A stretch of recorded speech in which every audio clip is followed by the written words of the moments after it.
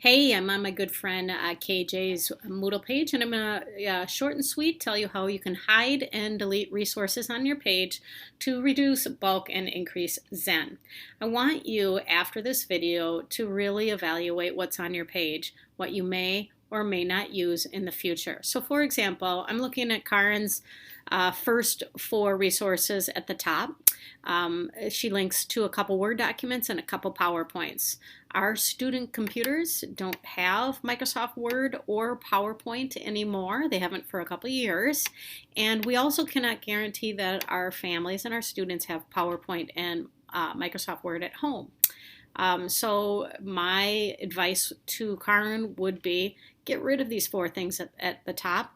And if they were important resources, take the time to convert the Word documents to PDF and the PowerPoint presentations to Google Slides. So whether it's in the wrong format or in a format that's not accessible to the masses, or whether it's just not something that you use anymore, look through all of your Moodle page and get rid of things. The way that you do that after you turn editing on is you go underneath the edit menu and you choose the X or delete.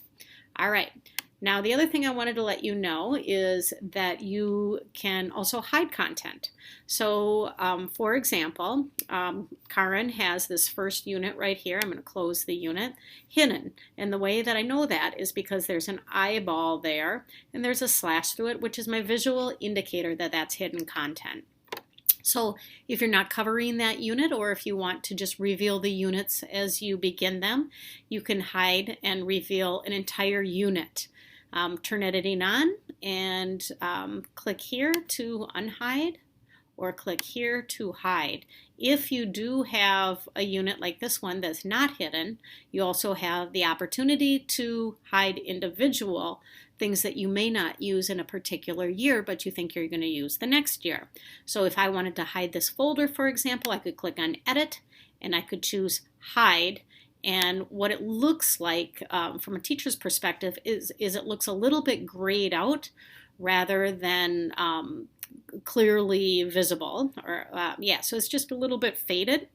And when you see something on your page that's faded, that means that students are not able to see that piece of content. So the page in general will look more organized to them. So the blocks on the right-hand column and the left-hand column, take a look at those. Do you use them? If you don't use, or a block doesn't have a specific purpose, or it's not enhancing your page, I suggest that you get rid of it. For example, RSS feeds like these over on the right are really cool, but if you're not embedding them into your classroom content, if you're not referring to them, if you're not using them, I don't think anybody's going to read them. So you could delete them. You go under here and you could delete that block with that RSS feed. So think about it. What do you need and what do you not need? And what is something that could be temporarily hidden?